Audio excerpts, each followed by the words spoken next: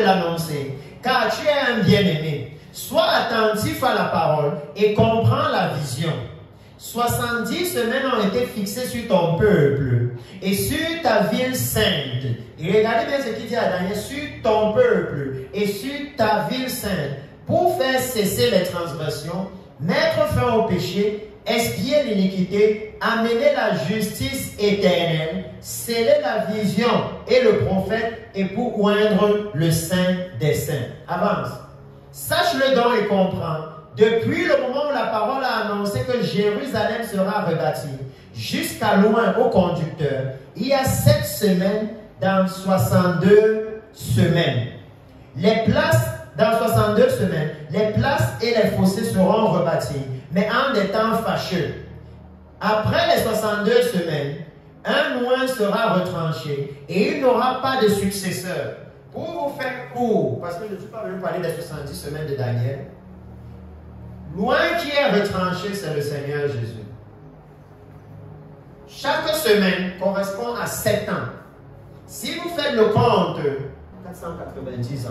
Donc, si vous faites le compte, il y a un certain nombre d'années, qui est 400, peut-être 83 ans, entre le moment de la où on va dire que le temple soit rebâti. Non, que les murs de Jérusalem soient rebâtis. C'est dans le livre de Néhémie. Jusqu'au moment où Jésus entre à Jérusalem pour se faire tuer. C'est de ça qu'on parle. Il a donné le timing.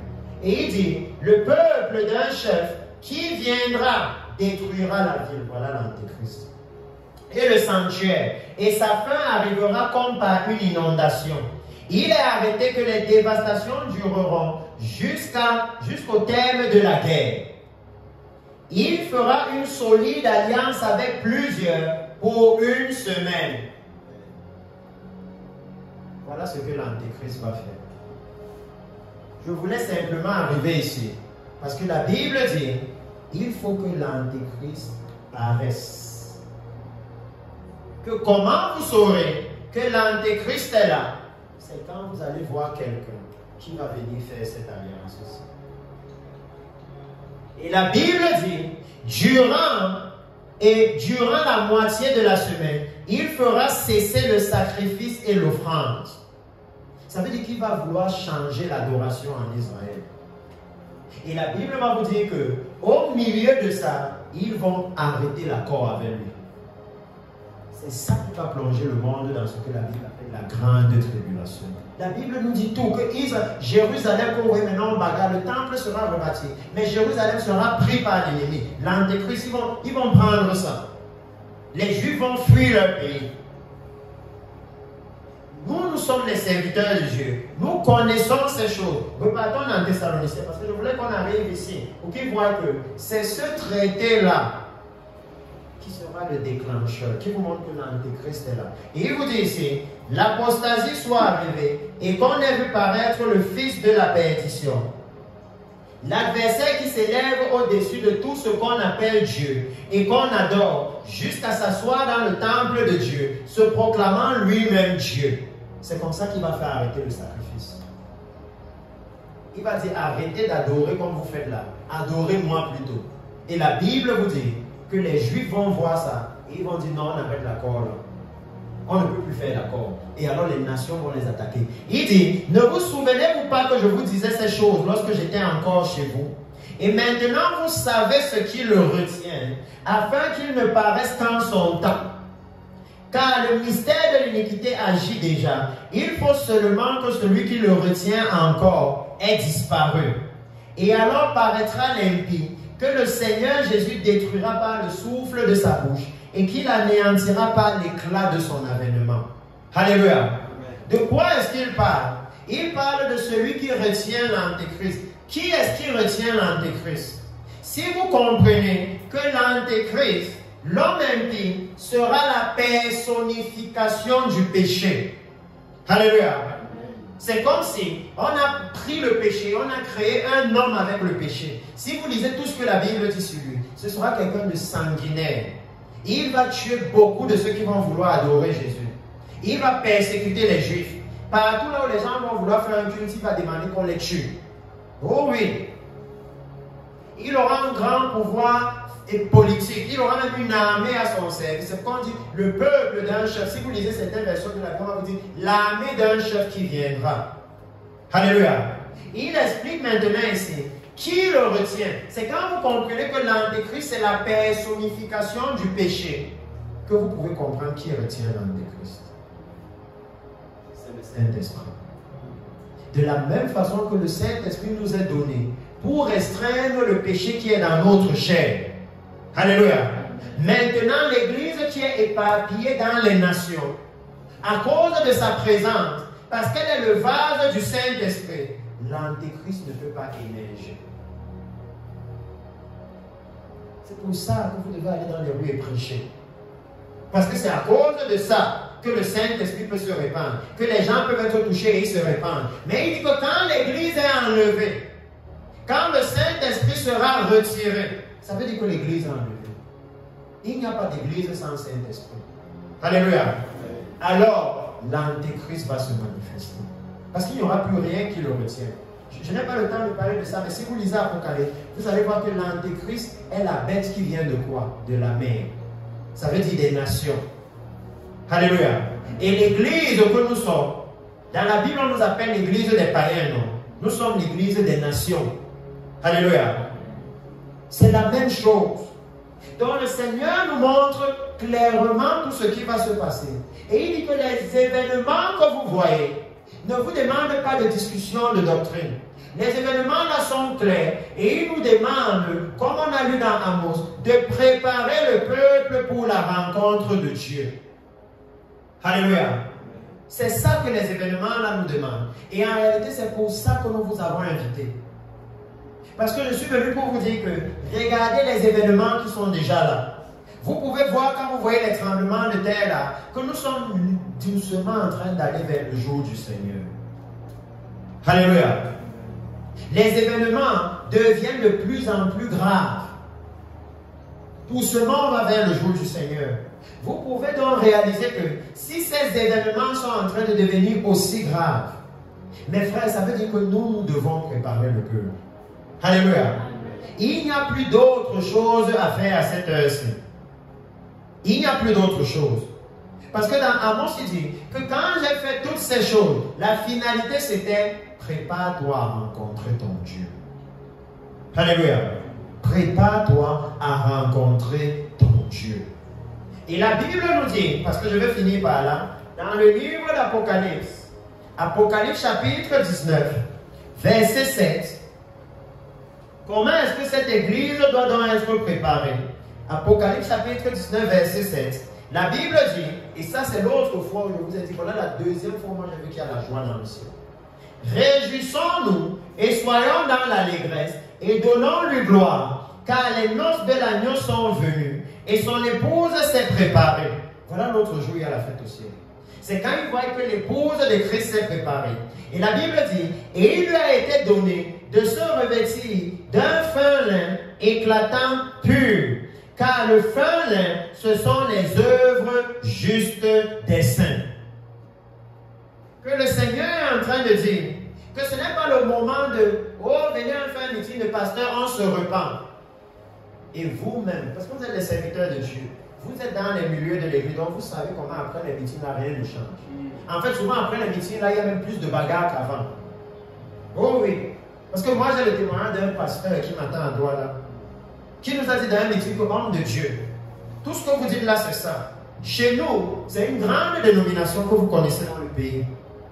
Et il nous disait, on se retrouve, et on jeûne, et on prie, et après ça, on s'insulte bien. Donc vous vous demandez, que, mais pourquoi jeûner alors, si ça ne tue plus la chair? Pourquoi prier? Est-ce que vous comprenez que ça veut dire que le Saint-Esprit n'est plus au milieu de vous? Parce que quoi que vous fassiez, la chair a toujours le dessus. C'est la même chose qu'il disait dans Amos. Comment le Saint-Esprit sera au milieu de l'Église qui n'est pas dans l'agenda de Dieu? Alors que le Saint-Esprit est venu pour nous conduire là où Dieu a dit. Donc le Seigneur dit ici que le vêtement, ce que l'Église, ici à Garoua doit avoir, c'est le vêtement, le fin, limpur et éclatant. Et que le vêtement là, ce sont les œuvres justes des saints. Le vêtement là, ce n'est pas la justice de l'église luthérienne fraternelle.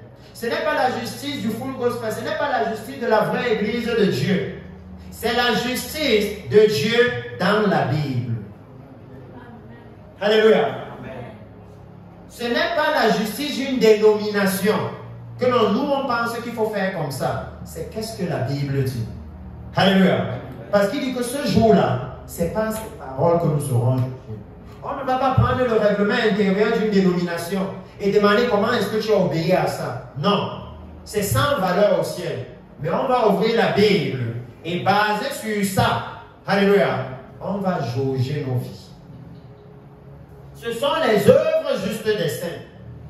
Donc il dit que si nous devons ramener l'Église à la repentance aujourd'hui, si nous devons nous repentir aujourd'hui, voici le fruit réel de la repentance.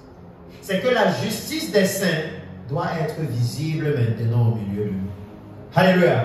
Si chez les saints dans les cieux, on dit que les hommes de toutes les langues, de toutes les races, de toutes les tribus, vous pouvez regarder le ciel. En fait, si vous voulez vraiment savoir la vraie adoration, regardez le ciel.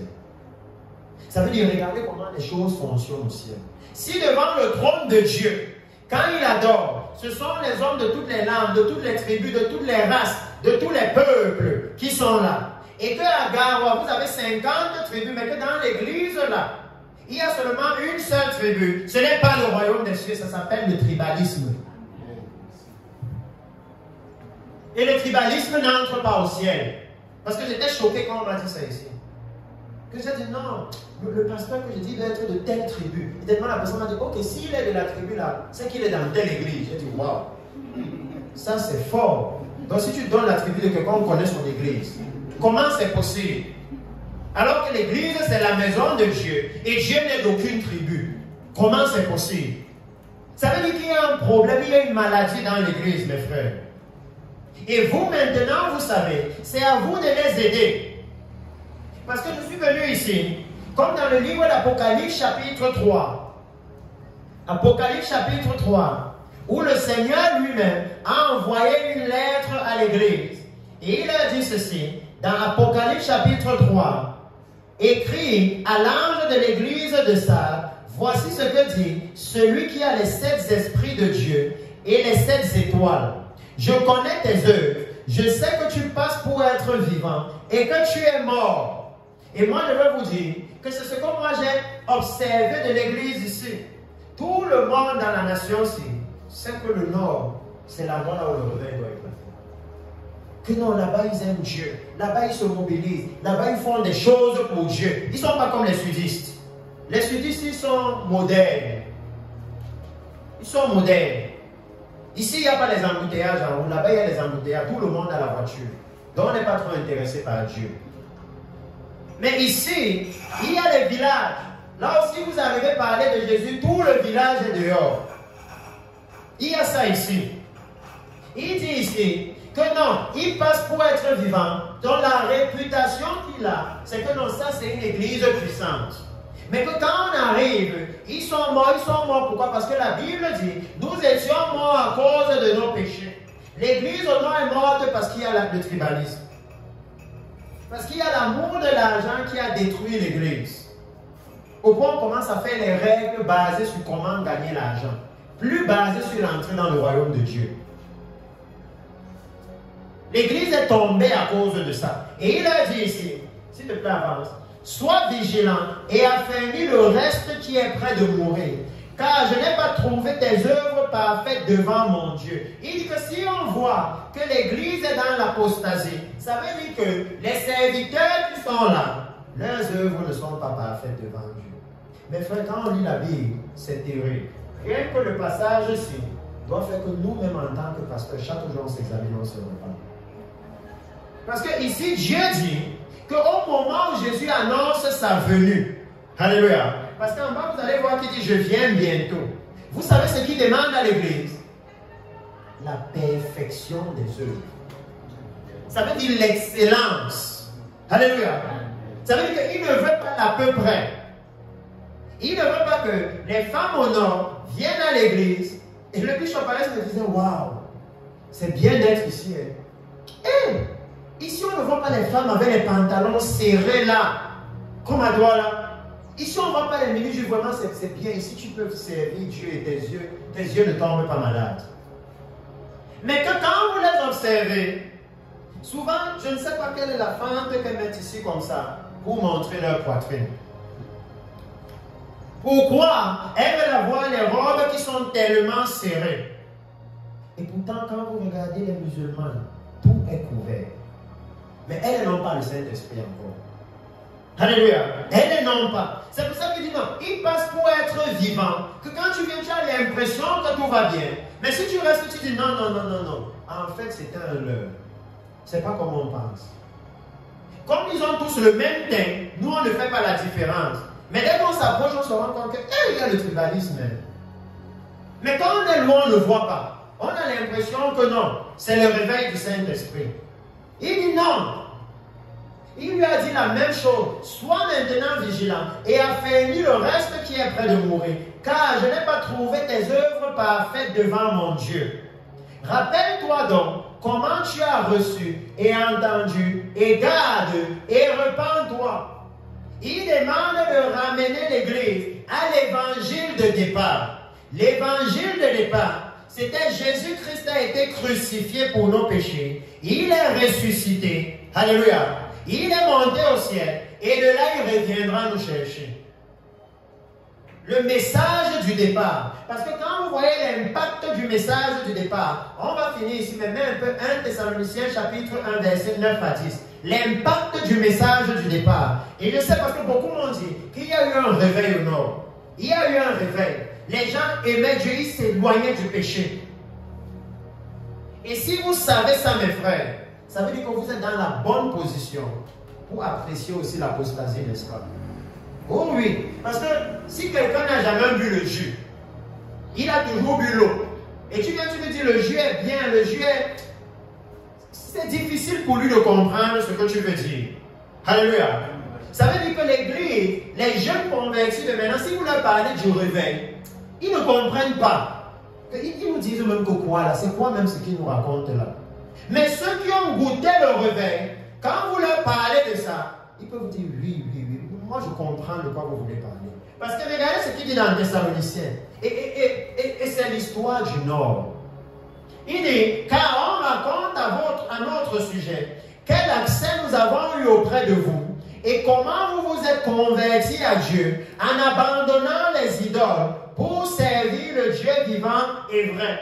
Et ici, beaucoup ont abandonné l'islam, n'est-ce pas? Oh, je connais un nouveau pasteur qui était même un enseignant des imams. Il est à Barrage. Quand il a reçu Jésus, alors qu'il était à l'université du Coran, je crois que c'était au Maroc, il a tout laissé. Il est pasteur là-bas, à Barrage. Ça veut dire que quand on dit ça, vous ici, vous comprenez ça mieux que tout le monde. Qu'on a vraiment abandonné. Qu'il y avait une autre religion qui dominait. Et quand le réveil est venu, boum, on a mis ça dehors. Alléluia. Et il va leur dire, reviens d'abord. Il va leur dire, comment vous vous êtes convertis, regardez, comment vous vous êtes convertis à Dieu en abandonnant les idoles pour servir le Dieu vivant et vrai. Comment alors l'église à Garoua se répand? Je ne sais même pas si ici, ils organisent ce type de repentance là où différentes églises viennent. J'entends beaucoup ça au sud. Comment, si même les chrétiens se répandent dans les églises, ils n'abandonnent pas l'idole du tribalisme?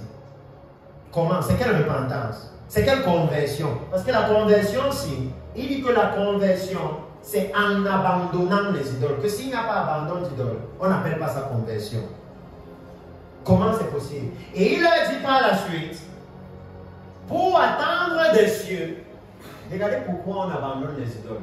Pour attendre des cieux, son fils qu'il a ressuscité des morts. Comment ils vont l'attendre des cieux? Puisque à Garoua, l'église en parle, mais c'est un slogan. La venue du Messie n'est pas dans le cœur des chrétiens à Garoua. On sait juste que Jésus vient. Ça, on sait. La repentance, on connaît, on se repent chaque jour. Mais il n'y a pas de transformation. Il n'y a pas le changement qui doit suivre la repentance. C'est les mots, c'est les paroles.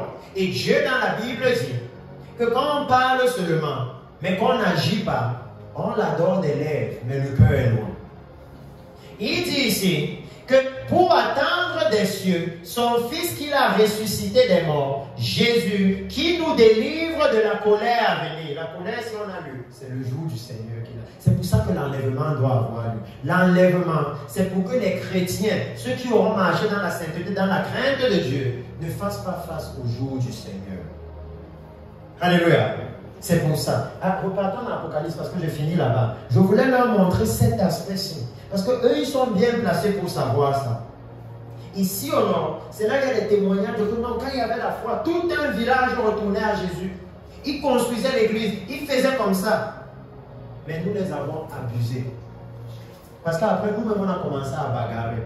Même là où ils avaient chassé les musulmans, après même ils ont dit pardon, revenez, parce que les chrétiens, ils nous ont dépassés. Maintenant, ils ont déjà 10 dénominations dans le village et ils se bagarrent. Chacun veut ses brebis. Nous, on croyait qu'on était les brebis du Seigneur. Et on a découvert que non, nous sommes plutôt leurs brebis. Chacun se bagarre. Quel est le témoignage? Et vous le voyez dire. Et, non, Apocalypse, là on était. Apocalypse chapitre 3.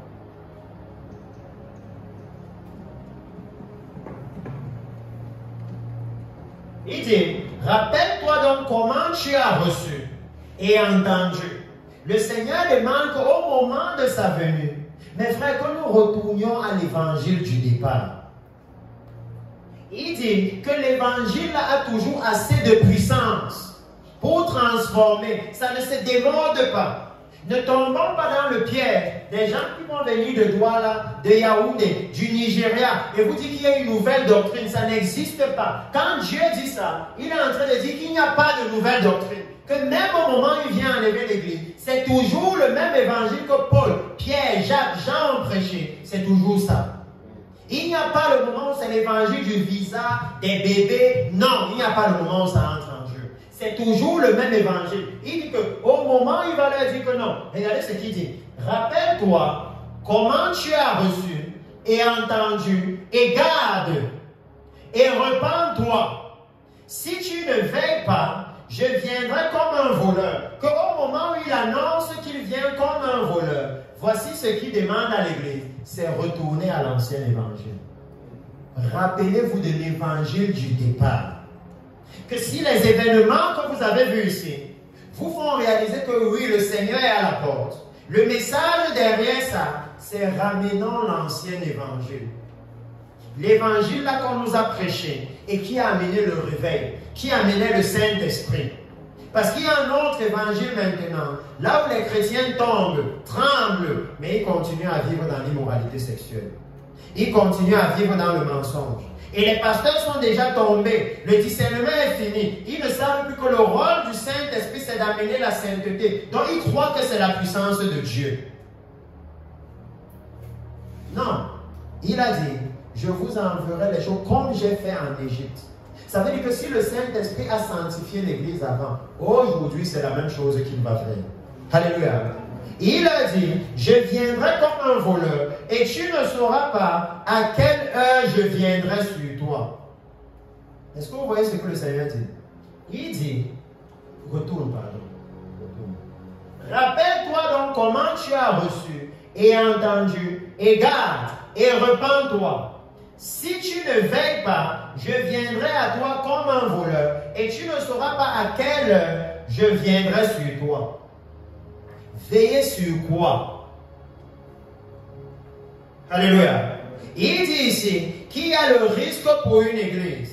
Laissez-moi vous dire ça différemment. Mais d'abord l'autre partie, pour que j'amène ça différemment. Cependant, tu as à ça quelques hommes qui n'ont pas souillé leurs vêtements.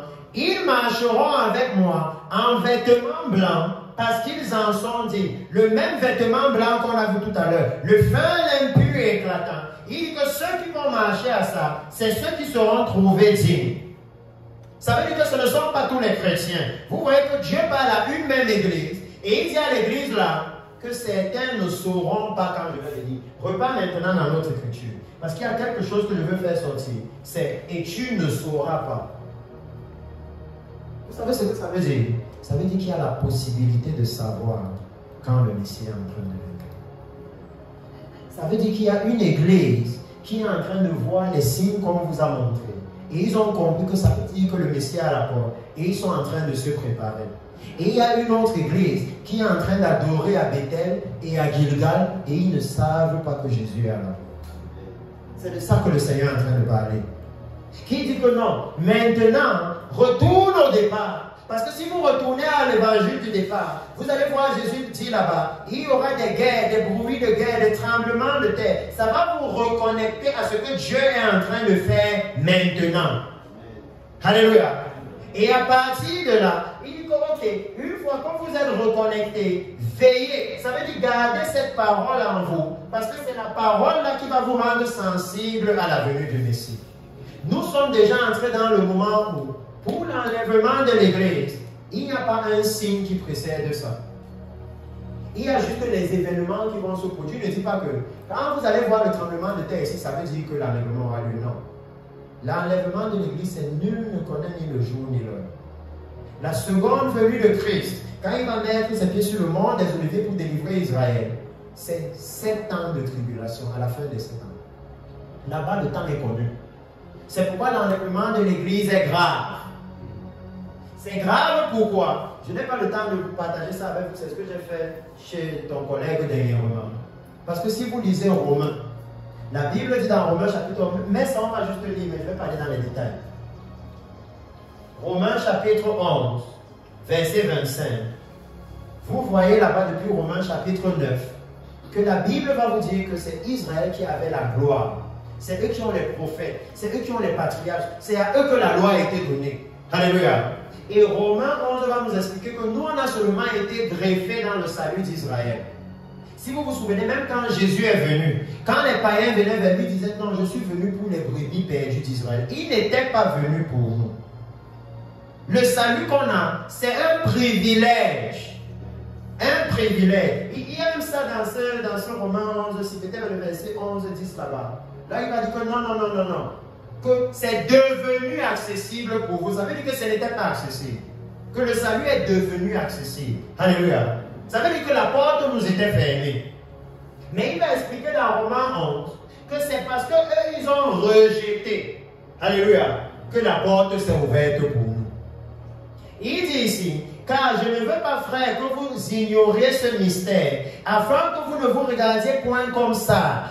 C'est qu'une partie d'Israël est tombée dans l'endurcissement, jusqu'à ce que la totalité des païens soit entrée. Mes frères, entrée où? La totalité des païens s'y soit entrée où? Ici, c'est l'enlèvement de l'Église. Donc il dit qu'après l'enlèvement de l'Église, va dans la suite. Et ainsi, tout Israël sera sauvé, selon qu'il est écrit, le libérateur viendra de Sion, et il détournera Israël, il détournera de Jacob les impiétés. Vous connaissez la partie ici. Jésus va venir sur le mont des Oliviers, la montagne va se fendre en deux, c'est Zacharie, non. La montagne va se fendre en deux, ils vont voir les mains de celui qu'ils ont baissé, et ils vont pleurer celui comme on pleure sur un fils unique. C'est dans la Bible comment Israël sera sauvé. Alléluia. Mais regardez ce que la Bible nous dit ici. Repars en haut.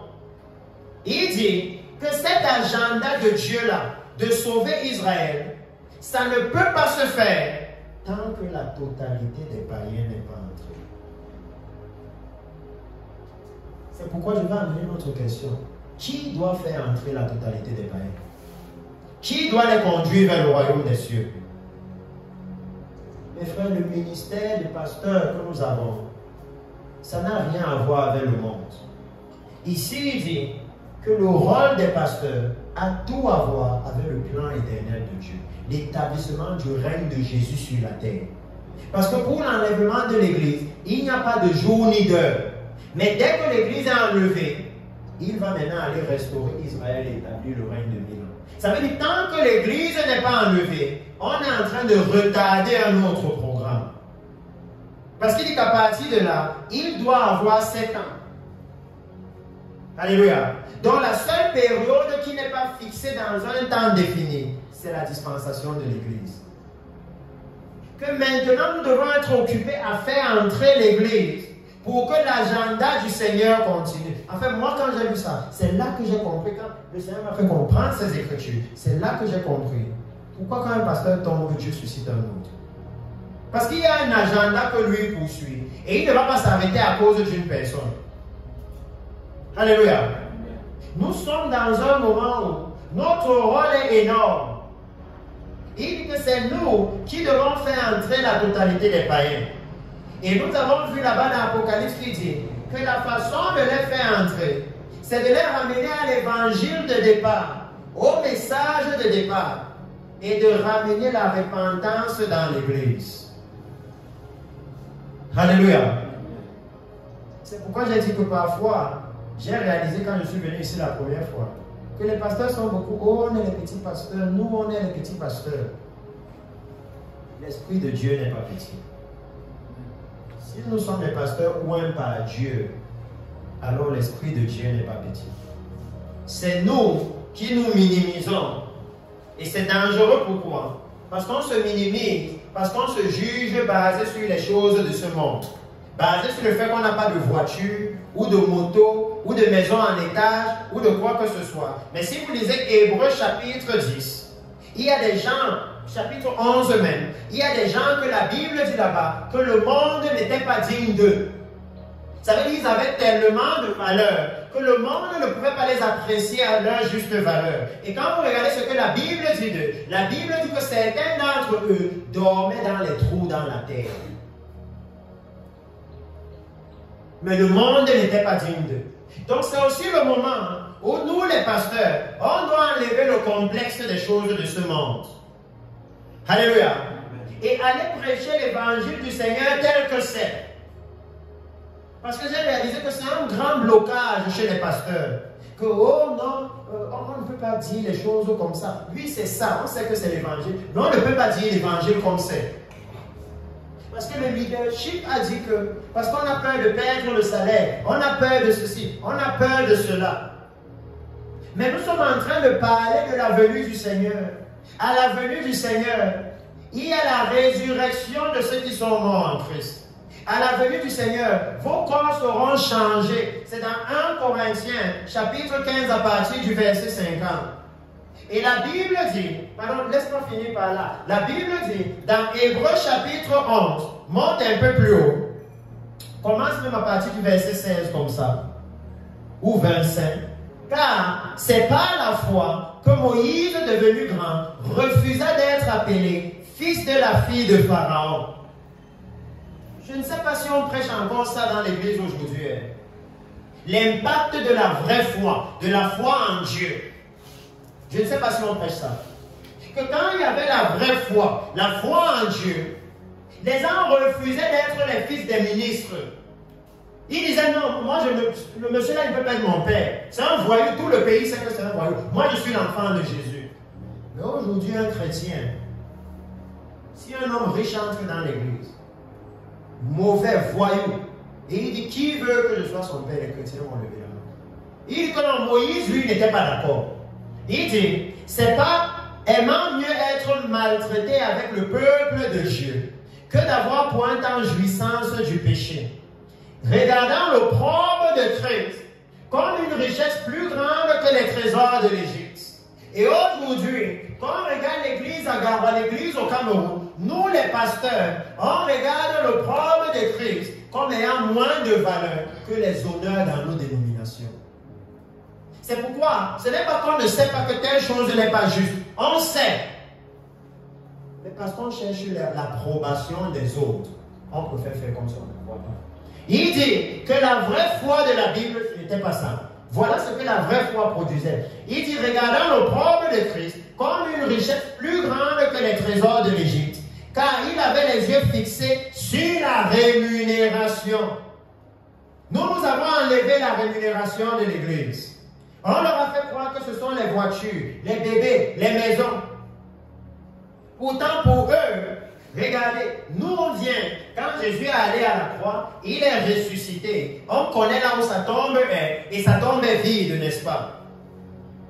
On sait que Jésus est mort et ressuscité. Eux, ils avaient seulement la prophétie que Jésus va venir, il va mourir, il va ressusciter. Et quand ils ont cru en ça, regardez ce que ça a produit. Nous, on vient, quand Jésus est déjà venu, il est déjà mort, il est déjà ressuscité. Le Saint-Esprit est avec nous, mais on n'a pas la foi. Et il dit qu'ils attendaient la rémunération. Et je veux qu'on arrive à conclure. C'est par la foi qu'il quitta l'Égypte sans être effrayé de la colère du roi. Mais aujourd'hui, quand vous regardez les chrétiens, ils ont du mal à se séparer du monde, n'est-ce pas? Vous avez lui dit 100 fois, laisse le concubinage, laisse le concubinage, laisse le concubinage. Elle a peur de la colère de l'homme là. Mais Moïse n'avait pas peur de la colère de Pharaon, qui était le roi de la nation la plus puissante de l'époque. Il n'avait pas peur. Est-ce que c'est encore la même foi que vous voyez dans l'église aujourd'hui? Il dit que sans être effrayé de la colère du roi, car il se montra faire comme voyant celui qui est invisible. Et dans certaines versions de la Bible, on dit comme voyant le roi invisible. Pourquoi? Parce que si vous ramenez ces œuvres qu'on vous a montrées ici, alors l'Église commence à voir la puissance de Dieu. Et ils n'ont plus peur de la puissance du monde. Parce qu'ils sont capables de voir l'autorité et la puissance de Dieu. Alors ça va les amener à minimiser la puissance de ce monde.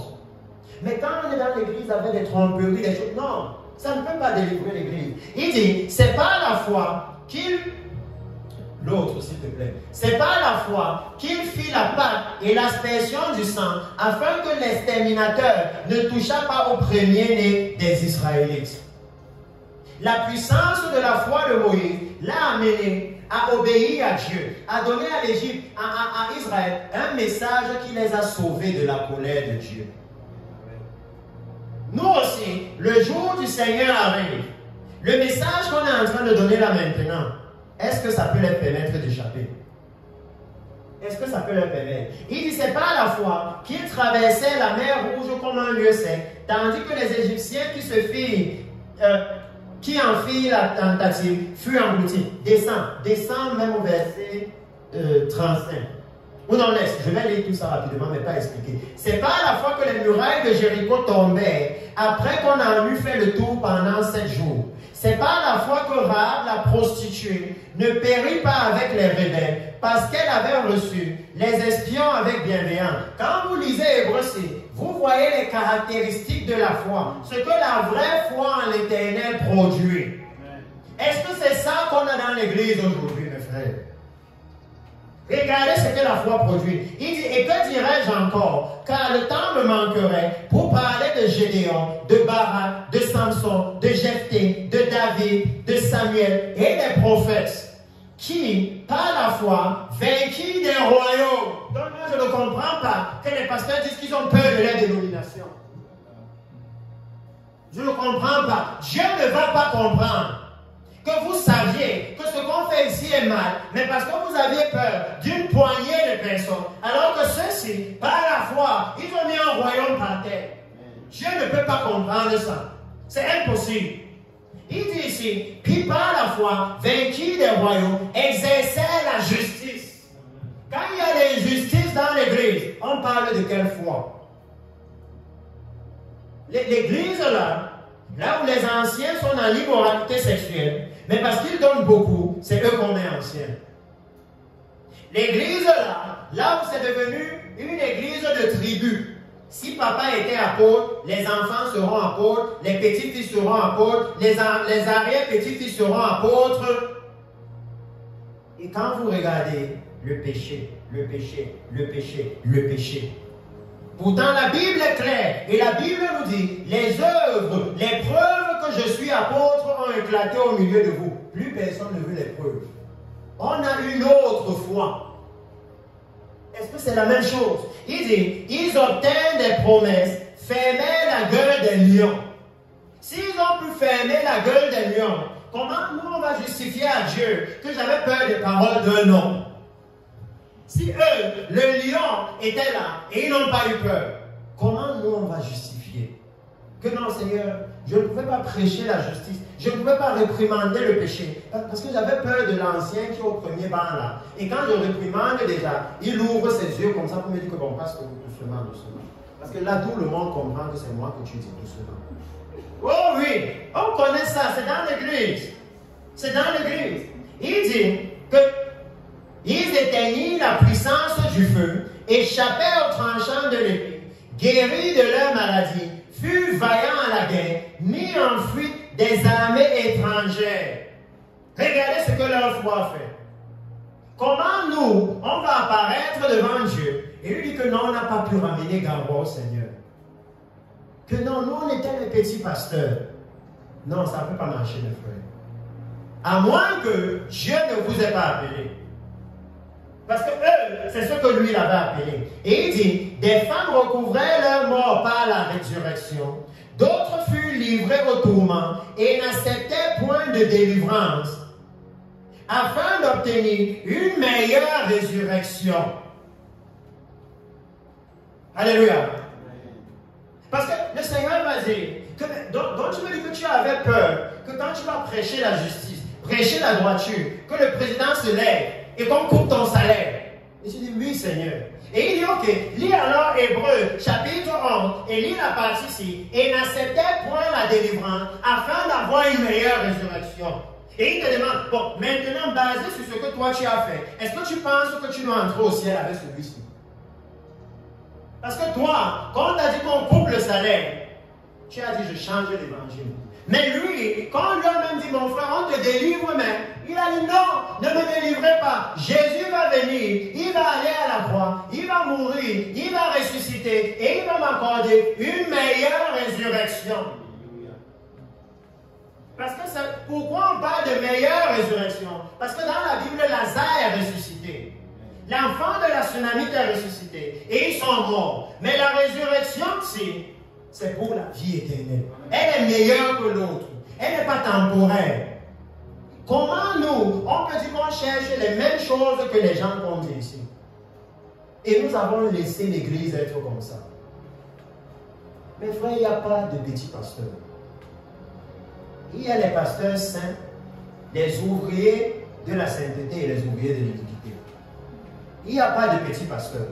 Il dit, pour finir la partie ici, d'autres subirent les moqueries et le fouet, les chaînes et la prison. Ils furent lapidés, sciés, torturés, mourus, tués par l'épée, allaient ça et là, vêtus de peau de brebis et de peau de chair, dénués de tout, persécutés, maltraités. Eux dont le monde n'était pas digne. Ceux dont le monde n'était pas digne, ils avaient un habit. Parfois une chemise et un pantalon. Ça ne les a pas empêchés de prêcher Jésus. Non, ils ne disaient pas que non, à cause de ça, je suis un petit serviteur. Tout ce qu'ils savaient, c'est que je dois faire l'œuvre de celui qui m'a appelé. Il dit, eux dont le monde n'était pas digne, errant dans les déserts et les montagnes, dans les cavernes et les antres de la terre. Ils n'avaient pas de maison. Mais ce n'est pas pour ça qu'ils disaient que je suis un petit serviteur de Dieu. Qui va m'écouter? Non. Donc Dieu ne va pas comprendre que nous disons non. Parce que beaucoup de pasteurs, c'est ça. Tu causes avant le pasteur, il sait que ça c'est juste. Et il te dit, bon, mais pour que j'aille dire ça à l'église, il faut aller parler au président. Et tu vas te demander, mais qui t'a appelé? Est-ce que c'est Dieu ou est-ce que c'est le président? Parce que ce qui est juste, la Bible dit, reconnaissez que ce qui est juste vient de Jésus parce que c'est lui qui est juste. Donc si tu reconnais que ça vient de Jésus, alors fais ce que Jésus attend de toi. Il dit ici, quand on finit, errant dans les montagnes, tout cela, à la fois desquels il a été rendu témoignage, n'ont pas obtenu ce qui leur était promis. Ils n'ont même pas vu Jésus venir. Nous, on vit au moment où Jésus est déjà venu. Il est déjà allé à la croix. Il a payé pour nos péchés. Il dit, Dieu ayant en vue quelque chose de meilleur pour nous, afin qu'il ne parvince pas sans nous à la perfection. Voilà la récompense que eux ils voulaient. Mes frères, dans l'église maintenant, combien de chrétiens veulent être parfaits? Parce que maintenant, on veut aller en France. au Canada, avoir un bébé, aller vivre à Douala, travailler à Simaïka. On veut tout. Mais il n'y a plus de chrétiens qui a le feu de la sainteté en lui. Mais je suis sûr que pour vous qui êtes ici, vous connaissez certainement ces papas qui ont vu le réveil ici et qui peuvent vous dire comment en ce moment-là, ils s'en foutaient même souvent de manger. Tout ce qui les intéressait, c'était d'aller prêcher Jésus, d'aller parler de Jésus. Ils s'en foutaient que le village, si ce sont les musulmans, ils venaient et ils parlaient de Jésus. Ça veut dire que pour eux, peu importe l'épée, peu importe la flèche, peu importe quoi, Jésus devait entrer.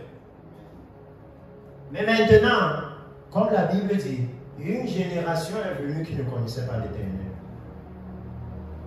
Nous devons faire quelque chose. Parce que de ce service que vous avez en tant que pasteur, dépend le salut de Gabon. De ce service que vous avez en tant que pasteur, dépend la suite de l'agenda du Seigneur. Et pour ça, c'est un peu dramatique. Pourquoi? Parce que si nous perdons le temps, Dieu va simplement nous sauter et prendre d'autres personnes. Alléluia. Il va simplement nous sauter. Mais frère, sachez que dans la Bible, Dieu n'a jamais pris les gens qui étaient déjà élevés pour faire un travail nouveau. Non. Il dit qu'il prend les choses vaines, les choses viles pour confondre celles-là qui ont de la valeur. Alléluia. C'est ce qu'il dit. Donc ce soir, je voulais vraiment partager ceci avec vous. Pour que vous puissiez voir tout ce qui est en train de s'accomplir. Et que vous puissiez avec nous comprendre que le Seigneur n'est pas en train de donner un autre message. Le message de cette heure, c'est basé sur les faits. Nous ne sommes pas à un moment là où chacun peut imaginer que, moi j'imagine que Dieu est en train de dire comme ça. Moi j'imagine, non. Si vous regardez les faits vous montrent ce que Dieu est en train de dire. Et les faits vous montrent qu'il est en train de dire, revenez vers moi. Alléluia. Je veux vraiment pouvoir revenir ici, comme je disais au pasteur, peut-être dans 2, peut-être dans 3 mois, et avoir, si nous avons le temps des sessions, nous allons parler de choses importantes. Parce que nous allons montrer un aspect. Mais est-ce que vous savez que la nuée de Dieu est en train de visiter l'église? Est-ce que vous savez que c'est écrit dans vos Bibles que ça doit arriver et ce que ça signifie? Est-ce que vous... Une visitation, une autre visitation, une autre. Regardez ici, une autre visitation. Si vous écoutez, vous allez entendre cet homme de Dieu dire, vous allez voir une manifestation de la gloire de Dieu. Et directement, le lieu qui était ensoleillé, alors d'un dossier, go back. Le lieu qui était ensoleillé, quand il va leur dire ça, que vous allez voir une visitation de la gloire de Dieu, tu ne laisses pas ça être montré. Le moment où il parle. Attends un peu. Voilà. Quelques minutes après, voilà ce qui se passe. Matthieu chapitre 20. Le royaume de Dieu est comme un maître de maison qui sortit à la première heure pour louer les ouvriers. Une visitation. À la deuxième heure, une autre visitation. À la troisième heure, une autre visitation. C'est dans nos Bibles. Et que quand il a fini ses visitations, c'est le moment des rémunérations. Maintenant, l'église à Garoua, eux, ils ne savent pas. Parce qu'eux, ils sont l'église à Garoua. Et ils ont un salut spécial pour Garoua. C'est comme ça l'église au Cameroun. Nous sommes dans un tel orgueil que le Cameroun est tellement spécial que Dieu veut sauver le Cameroun d'une façon particulière. Pour eux, le sang de Jésus ne suffit pas. Non, pour eux, ils sont trop spéciaux. Ça s'appelle l'orgueil. Voilà ça qui est en train de se passer. Les nations de la terre sont en train de vivre ça. Et nous, parce qu'on est dans l'esprit de dénomination, de groupe, Dieu n'est pas en train de demander si on est d'accord avec ça ou pas. Alléluia. Il est Dieu, il n'a pas besoin de notre avis. Il ne consulte personne. Il est simplement en train de faire ce qu'il a dit dans la Bible. Et quand il aura fini, il va enlever son peuple. Ceux qui auront reconnu, dans Isaïe, ça se dit non, qui a reconnu le bras de l'Éternel? Alléluia. Maintenant, Dieu fait des choses et l'Église regarde ailleurs. Donc j'ai voulu ce soir, mes frères, vous parler de ce peu de choses, afin que, s'il vous plaît, nous puissions ensemble Travaillez maintenant à préparer l'église ici pour la venue du Seigneur. Le temps est déjà avancé. Si vous avez vu ces événements, le temps est déjà très loin. À tout moment, le Messie peut venir. Nous devons commencer à purifier nos congrégations, purifier nos ministères, purifier Garoua. Ce n'est pas question de que non, tel est mon leader, il faut que mon leader... Non. Ça, c'est un moment où je vous demande de prendre le temps de réfléchir et de vous demander qui m'a appelé. Est-ce que c'est la dénomination-ci ou est-ce que c'est le Seigneur? Et à partir de là, quand vous allez sortir, si c'est la dénomination, ne dites pas que non, je suis un pasteur. Prenez le nom de la dénomination là. Ne faites pas comme si vous êtes un serviteur de l'Éternel, alors que vous êtes un serviteur d'une dénomination. Même Moïse, si je vous parle de cette visitation de la nuée, la Bible fait bien la distinction pour Moïse. Moïse était serviteur, était berger des brebis de Jéthro, sacrificateur de Madian. Vous dites que non, lui n'était pas berger des brebis de l'Éternel. Clair. Ne mettez pas la confusion. Parce que vous serez jugé le moment venu par rapport à ça. Si vous êtes berger d'une dénomination, dites que non, je suis berger de telle dénomination. Je ne suis pas un berger de l'Éternel. Ça veut dire là, tout le monde comprend que les pasteurs ne nous préparent pas pour le royaume des cieux. Ils font de nous de bons disciples pour leur dénomination. Le message est clair. Ne mettons plus la confusion dans les cœurs des gens. Parce qu'il y a beaucoup de dénominations. Mais où sont les disciples de Christ? Où sont les gens qui sont en train de parvenir à la foi que je viens de vous lire là? Vous connaissez beaucoup de chrétiens comme ça ici à Garoua. À l'époque du réveil, oui. Moi, on m'a souvent parlé de ça. Lui, il y avait. Aujourd'hui, c'est fini. Les soucis de ce monde ont déjà emporté les cœurs de toute l'Église. Parce que le message a été changé. Le message là qu'ils ont entendu au départ qui brisait les cœurs, c'est parti. La croix de Jésus est quittée. Personne ne se sent plus coupable du péché. Tout le monde justifie maintenant le péché. Tout le monde a une bonne raison d'être dans le péché. Mais vous, maintenant, vous avez l'opportunité de changer les choses. Parce que vous connaissez ces choses. Dans beaucoup d'endroits, nous montrons ces choses. Et c'est seulement à Mokolo que j'ai commencé à enseigner sur ça. Parce que j'ai vu comment on dit ça aux gens. Peut-être même les gens ici à Garoua ont vu. Mais ils disent, ah oui, Dieu est en train de faire les choses. Et Dieu... Mais ils ne savent pas que quand Dieu a voulu juger Capernaum, moi l'histoire de Capernaum me choque toujours. Parce que Jésus qui est amour là, il y a les gens qu'il a jugés juste avant d'aller à la croix. Donc d'avance il leur a dit, ma croix ne va vous servir à rien. Il avait déjà dit à Capernaum que tu as été élevé au ciel, mais tu ne vas pas entrer, tu seras jeté en enfer. Parce que si les miracles qui avaient été faits au milieu de toi avaient été faits à Sodome et Gomorrhe, il subsisterait. Donc il a dit à Capernaum, avant d'aller à la croix, que je ne vais pas mourir pour le monde entier, excepté Capernaum. Le même Jésus qu'on adore là, que non, eux, excepté eux, parce qu'eux, ils ont trop vu, mais ils ont rejeté la repentance. Il dit, si les mêmes lieux avaient été faits à Sodome et Gomorrhe, il ne dit pas il y a longtemps qu'ils auraient cru. Il y a longtemps qu'ils se seraient repentis. La repentance est maintenant centrale, mes frères. Je suis, en fait, cette journée-ci, c'est même la raison pour laquelle je suis venu. Tout ce que j'ai fait tous ces jours-ci, le bishop Dimitri peut le faire. Moi, je suis venu particulièrement pour discuter avec vous. Parce que l'heure est grave. Quelqu'un aura vécu pendant 10 ans pasteur et à la porte d'entrée, on lui refuse l'accès. Il se demande, mais pourquoi? Simplement parce que au moment où le mouvement de l'Éternel pour préparer l'Église a commencé, il n'était pas au courant. Il était ailleurs. Alléluia. Donc je veux pouvoir vous donner la parole quelques minutes. Si vous avez des questions, je vais juste avant en 3 minutes introduire pour moi comment je souhaiterais que nous puissions faire ce travail, si vous êtes disponible. C'est que nous puissions travailler ensemble ici à Garoua et dans les zones où le Seigneur permettra, pour pouvoir ensemble répandre le message de la venue du Messie. Partout.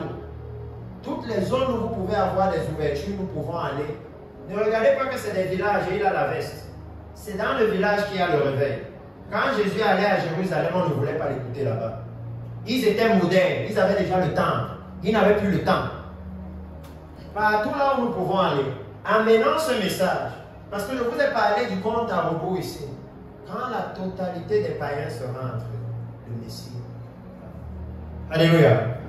C'est simplement ce que nous voulons. Et nous travaillons avec tous les pasteurs qui veulent. Pour que nous puissions rester dans cette même direction. Ce qui importe, c'est le message. C'est le message qui a la capacité de transformer l'Église, d'amener des changements dans l'Église. Donc, généralement, pour ceux qui ont des plateformes sur WhatsApp, nous avons des groupes WhatsApp que nous créons par région, par zone. Et nous, là-bas, qu'est-ce que nous faisons? Nous partageons souvent des messages, mais essentiellement, nous partageons ces prophéties et leurs accomplissements. Au moment où nous parlons, ce même homme de Dieu qui a annoncé toutes ces choses, dont on ne vous a même pas montré un dixième, a déjà annoncé que dans le cadre de la guerre que vous voyez entre la Russie et l'Ukraine, la Russie va bombarder la France et la Russie avec des bombes nucléaires. Et la Grande-Bretagne plutôt, oui, avec des bombes nucléaires. Il a déjà annoncé un tremblement de terre, voilà qui a donné la prophétie. Un tremblement de terre qui va frapper les États-Unis au niveau du Capitole, ça veut dire au niveau de là où il y a les instances, même la Maison Blanche. Il a déjà annoncé beaucoup d'événements. Et chaque fois, il dit, quand vous allez voir ça, vous saurez qu'on s'est rapproché de la venue du Messie. Mes frères, vous-même posez-vous la question. Entre les personnes qui sont en train de voir ces choses s'accomplir et ceux qui ne sont pas au courant de ces choses, quels sont ceux qui sont dans la meilleure position pour se préparer pour le royaume des cieux? Entre quelqu'un qui marche en route et il ne connaît pas l'heure qu'il est. Prenez deux enfants qui sont à la maison. Un, il n'y a pas la montre chez eux. Quand on le réveille le matin, on dit seulement va à l'école. Et l'autre, il y a la montre. Lequel des deux est susceptible d'arriver à l'heure? C'est de ça qu'on parle. C'est celui qui a la montre. Parce que quand il se prépare, il peut voir qu'il est déjà 7 heures. Je dois me laver, je pars. Mais l'autre n'a pas de montre. Donc lui fait seulement les choses comme ça. Et au moment qu'il croit que c'est bon, maintenant il décide d'aller à l'école. C'est ça que l'Église est en train de faire maintenant. Ils sont occupés à tout. Et ils disent le Messie vient, le Messie vient. Donc au moment où eux ils vont décider que le Messie vient maintenant, c'est là qu'ils vont se préparer. Mais la montre de Dieu, elle est en train d'avancer. Les événements qu'il a annoncés, eux ils sont en train de s'accomplir. Alléluia. C'est de ça que le Seigneur parle.